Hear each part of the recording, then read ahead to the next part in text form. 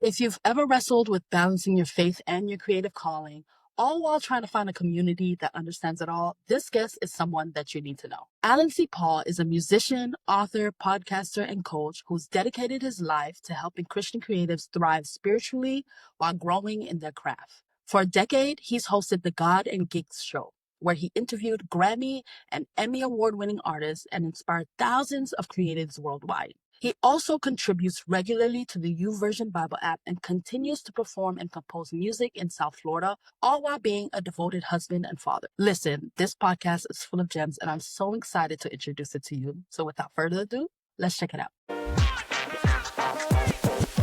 Welcome to the God Arts Podcast, where faith and creativity collide. I'm your host, Gail St. Till, and if you've ever wrestled with being a Christian creative in today's world, you are not alone. Whether you're a seasoned creative or just getting started, join us on this journey as we explore more on what it truly means to honor God with all of our hearts, with all of our mind, and with all of our soul.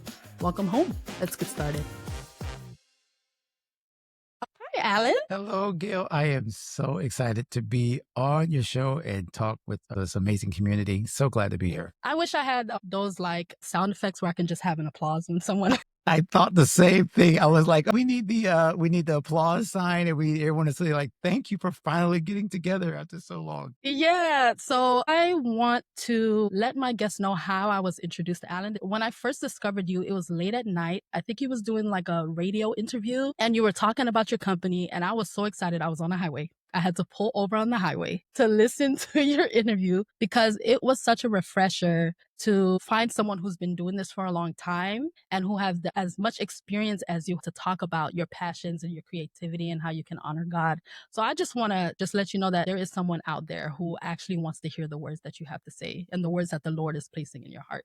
Gosh, you could shut the mic off right now so I can go cry. But no, for real, like I say that, you and really reciprocated, because as I'm watered, I hope you're being watered as you're watering, the seed that you're planting in your creative life, in your spiritual life, like everything that you're pouring out, God always returns it, right? We know it, but then to actually walk it, that's why Galatians had to say, be not weary in well doing, for in due season, because we forget that we're in the season. Oh, and it's so hard when you know you're doing the right thing to keep doing the right thing. Like, so I appreciate those words. And yeah, like this, honestly, it's funny because I am dinosaur age in podcast years and in real years. So I just feel like, yeah, there comes a point which I wouldn't do anything else, even if I could. But then there's also a point where you realize that even if God changes everything, like you're grateful for the journey that he's put you on because you followed his path.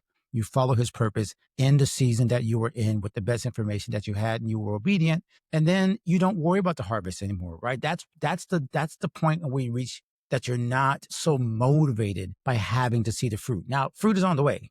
Yeah. I don't want to take that out and say, oh, well, don't worry about the harvest. Like, yeah, fruit is on the way, but you get less and less concerned about seeing the harvest with your own eyes the longer you stick with it, because what God fills you with as you're doing it is so much more beneficial and so much rewarding than even the actual harvest. And it may sound kind of cliche, but it is true. And that's what, I appreciate those words, because that honestly is what's more fulfilling than any amount of accolades or anything that I would see on the outside, is knowing that one person was blessed while I was in that season.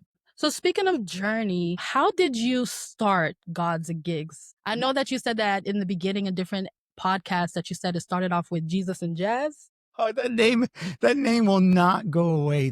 I think that's how God's keeping me humble. It's like, remember back when? Cause yeah, that's crazy that you remember that, but that's exactly what it started as. Actually, I can go back farther. This is kind of like a total, turn from the current topic.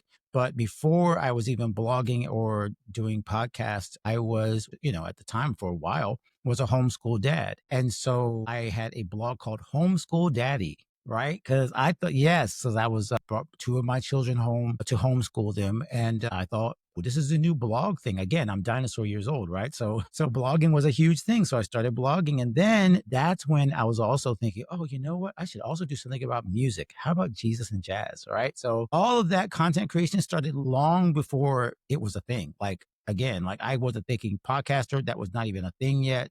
Like I just mentioned, blogging was kind of like a thing. So all this came from where I was at the time. So at the time, first as a dad, then as a minister, because Jesus and Jazz was really kind of like me kind of getting into like the ministry, but also talking about the fact that I was a jazz musician.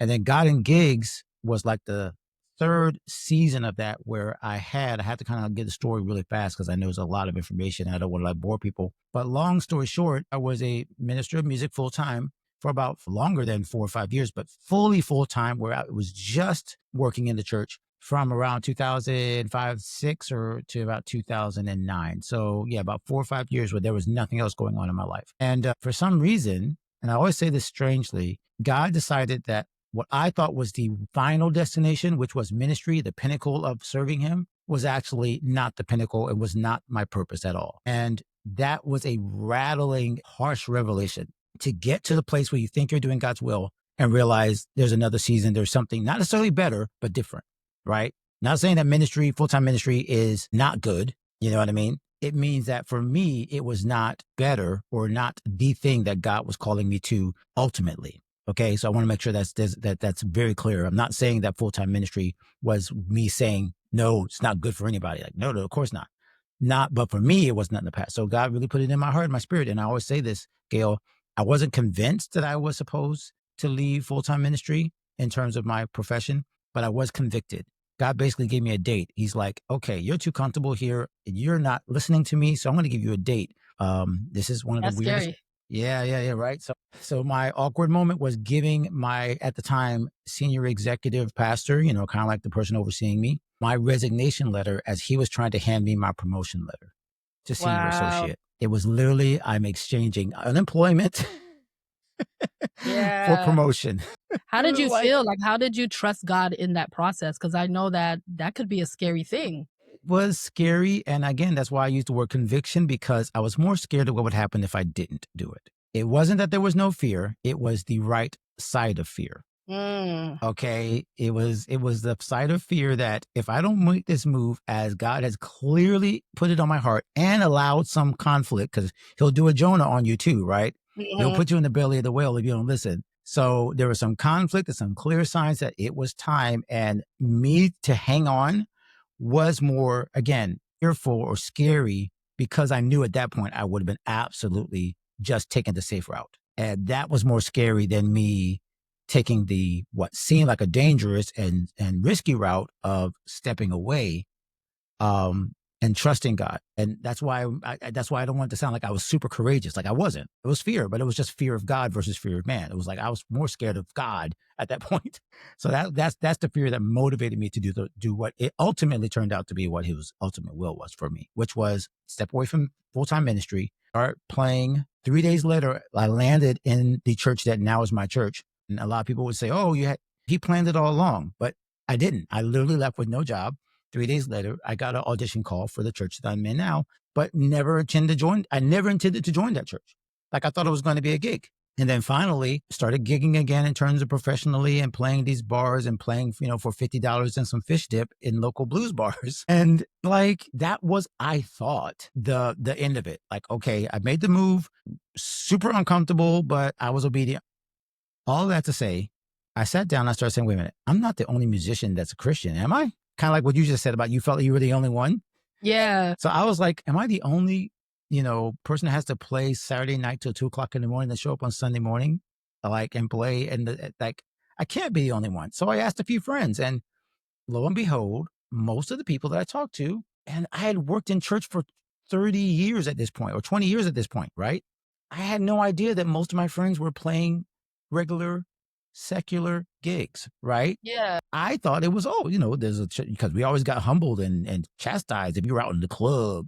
Mm. So Yeah. I was stunned when I started talking to everyone and realizing, again, remember, this is pre-big social media, right? So it was before everybody was posting. And it was like, oh, no, yeah, we're all playing these tours and we're all doing these gigs. And we also play at church because we love God. And we just don't talk about it that much because people don't understand. And they will, say that we're going to hell in a handbasket, So that's how God and Gigs started, is because I started having questions about, well, how do you do this? And so I talked to people like Christian Dentley of Take Six, and Dwayne Bennett, who a lot of us know in the South Florida area, who's amazing. I interviewed Mhm. him, and interviewed Paris Bowens, who was Ty Tribbett's auxiliary keyboardist and was an incredible creative. We lost him during COVID, but he Yeah. almost wrote a chapter of my book that I wrote back then in 2015, which was an amalgamation of all those interviews.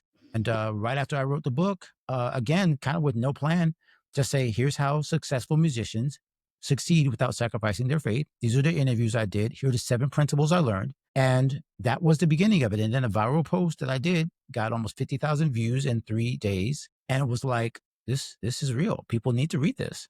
Yeah, yeah. Yeah. So that was really the beginning of it. My personal journey, my story, my need to find out how to do this, and then just talking to other people that knew how to do it. And that's where the podcast and book has always been, telling other Christian creative stories, their stories about how to succeed in any area of creative life without sacrificing their faith.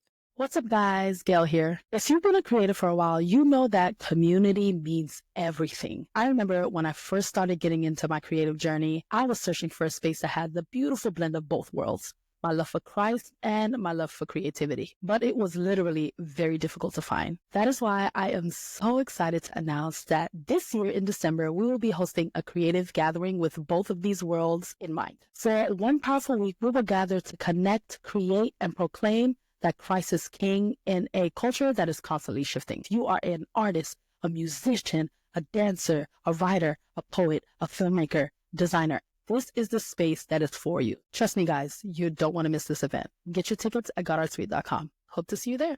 All right, back to the show. Did you find any challenges while you were starting off in this? You said that the Lord placed you in a new church. You realized that you have a community of people who also feels the way that you feel. Did you face any opposition or challenges? Because I'm pretty sure around that same time, it was still people who were saying that as a Christian musician, you can't go out into the secular world and do what it is that you guys do. So did you face some conflict with the church when you were doing things like that in the beginning stages of God and Gigs? That's a great question. Thankfully, the church that I did attend was really kind of like the catalyst of me seeing that there wasn't going to be this pushback, because some of my biggest support came from my pastors and the people inside the church. There's so So many Lord know what he was doing. Yeah, so he gave me a incubator and a place where I could kind of work this out. Honestly, the biggest conflict came from me. I was the one who had said, God doesn't want you to play in any kind of music that doesn't honor him. And I had given this up. So the biggest conflict was internal. That's why I'm saying so much about I had to work this out myself and then talk to other people who had already worked it out. So the biggest struggle was that. Thankfully, there wasn't a lot of pushback from other people outside. Every once in a while, you get the mean tweet, or you get the people on YouTube that send that long comment as if they read the entire Bible and saw it. And my response, honestly, in the beginning of my book was, this is not to you. If you don't believe that God owns everything already and that he is the God who reigns on the just and the unjust, that he is just in the middle of a beautiful love song as he is in the beautiful praise song, that he is just as involved as the plumber who goes to a Muslim's house as he is the musician that plays for I don't know, you name it, any other kind of like performance, right, in front of other people with unbelieving and unchristian bosses, when every single prophet that is ever introduced into the Bible first served a foreign god, or not a foreign god, but a foreign king who served foreign gods, right? Joseph, Moses, let me just go down the list, right? Isaiah, all of them served under kings that didn't love God, and yet they are in the Bible, and we love everything they did because they learned to serve God in a place with people who didn't serve God. So anybody that wants to go down that argument, I got you. Like, I'll go there, but I don't want to talk to those people, because those people have missed out on a big part of what God is all about, which is he is concerned about creating beauty and art in the world that glorifies him, but also blesses other people. That means we cannot simply keep it in the 4 walls of the church, because we cannot bless all the people inside the 4 walls, because they're not all in there. So Yeah. we need music outside that deals with all of humanity and all of love and all of joy and all of hate and all of the emotions. And if you want an X-rated book, go read the Bible, because the Bible is pretty much X-rated. If you Hmm. look at all the themes that were dealt with, if you really want to think about like the themes that the Bible deals with, God wrote a book that included a bunch of nasty stuff that sometimes comes literally in your face from the opposite direction that you think is going to come. It all glorifies him at the end, right? Stories inside don't always glorify him. And that is what I try to tell people about the whole, oh, you're a Christian musician, you should be. I'm like, well, I guess the Bible shouldn't have anything involving evil as well, because clearly God told stories that where there was evil, and he had to tell the story so that people understood that there was evil. It doesn't mean we glorify the evil, but it does mean that the story needs to be told, and hopefully told by somebody who knows the end of the story. I think while you were saying that, I realized that I think one of the problems that we have as a church body is we try to keep the gospel message within our four walls. And we forget that we're supposed to go outside and be the example. We're supposed to go outside and represent Christ. You can't spread the gospel only within the four walls that you have. Other people need to know that Jesus Christ exists. And how else can you do that instead of going out into the secular world and being the light? So I think that that's Exactly. amazing. So did you feel like you struggled with confidence before connecting with the other creatives? You know what? I'll say yes. And there's two kind of facets that immediately pops up. And I'm so glad you asked this question, because confidence, I think, is one of the struggles that most of us creatives face, no matter where you're at, right? Whether you're doing this full-time, part-time, in church, out of church. Confidence is like one of the big, like, the imposter syndrome that we all feel, right? Do I belong? Is my work good enough? Am I called to this? So confidence is a huge struggle for most of us. And for me, I think it was partly identity, right? I struggle with the identity. Am I just a musician? Am I just a pianist? Am I just a church musician? Right. So that kind of gets your confidence, or kind of throws off your confidence when you say, am I confident in my ability, or my identity when I'm not in these places? Do people love me for me? Do people care that I care what I do and I'm not performing for them? Right. So that's a crisis of confidence I dealt with a lot. Okay, I'm not in this kind of bubble where people kind of just clap for me and say, praise God, and I'm safe. Now I have to be a real person. So Yeah. that was a big struggle of confidence. And then the other one was, like I said, was in the work, writing my first book, feeling like I had no idea how to put this together. Who's going to help me? How am I going to raise the money? Which I had to do, through, thank God, crowdfunding. And again, you're putting yourself out there. And so the confidence is like, are people going to like even care? Are they going to send money? Are they going to give money? Are they going to buy my stuff? So many questions come into whether or not I, and then other people like us, right, are willing to take that step of faith and say, I'm going to do it scared. I'm going to do it anyway. So there was definitely like a lot of confidence, but every time you had to beat that lack of confidence with an action. Mm. Every time. Are people going to support the book? I don't know. Release it. Are people going to listen to the podcast? I don't know. Release it. Are people going to receive a membership or need a membership of creatives? I don't know. Start it. Right. Mm. Like it's just admitting the fact that I'm not confident. But like I said, the whole difference between conviction and confidence is it's more of a decision not to. Right. Because you use double negative, right? Yeah. I'm just not going to allow the what ifs, right? I'm not going to allow those what ifs to win. I'm not Mm. entirely confident, but the Bible says that he's a light unto our feet, a lamp unto our feet, and light to our path is his word, not the end of the tunnel. So all you get to look at is your toes. Like that's it. Like that's all you're going to get to see is that glimpse of the next step. So I believe my confidence came from over time, just continuing to learn, okay, put the music out, put the thing out. Did you die? No. Okay, we're good. The worst didn't happen, right? And so now you just continue to build confidence by that consistent action. And creatives, yeah, like I love what you said at the beginning about just keep showing up, and how I was showing up. I didn't even know about that radio program that you heard me on, right? It was just probably, I thought maybe 6 people heard it, or 5 or 2 or whatever. And I didn't think it did anything. And yet it connected with you in a way that you and I have been pretty much sharing to the same community for years in the same area, and just wanting to bless people, and not caring about, well, did we reach the millions? That doesn't matter. God made sure it reached the right person, which at the time was you. Yeah. Right. So that's where I'm like, again, okay, confidence has to come from consistent action. Am I always going to be rewarded with the shining light of, yes, it was the right decision? Not always, but I still continue to move forward. And that's the lesson that God has taught us. And it's the word that, I press on toward the mark. of the high calling, Yeah. you know? So do it afraid, basically. Do it afraid. Do it That afraid. should be Matter of on a fact, t-shirt. yeah, like, right? Like, I think the just do it, the Nike, we see it as like the cliches of the world of the inspirational. And I think one of the things that we have to get Gail, honestly, is that we have to stop trying to find the magic bullet, right? Mm. Because we all think like the cliches are not going to be the magic bullet. Okay, everyone says just do it, just release it, but then you have to deal with the actual emotions. And honestly, I think part of this, and this might go in a little bit of a tangent, but I think we need to start looking at Jesus' humanity. Jesus sweat drops of blood in his flesh, did not want to do something. And then the Bible says, for the joy set before him endured the cross. In a sense, Jesus was a little bit selfish because he's like, I don't want to do this, but not my will, but thy will, because your will says there's joy set before me after this cross. So as creatives, it may be there's joy set before me after I get 0 likes on this YouTube video, after I get, calls back, after I do this audition. Like there's going to be a joy set before me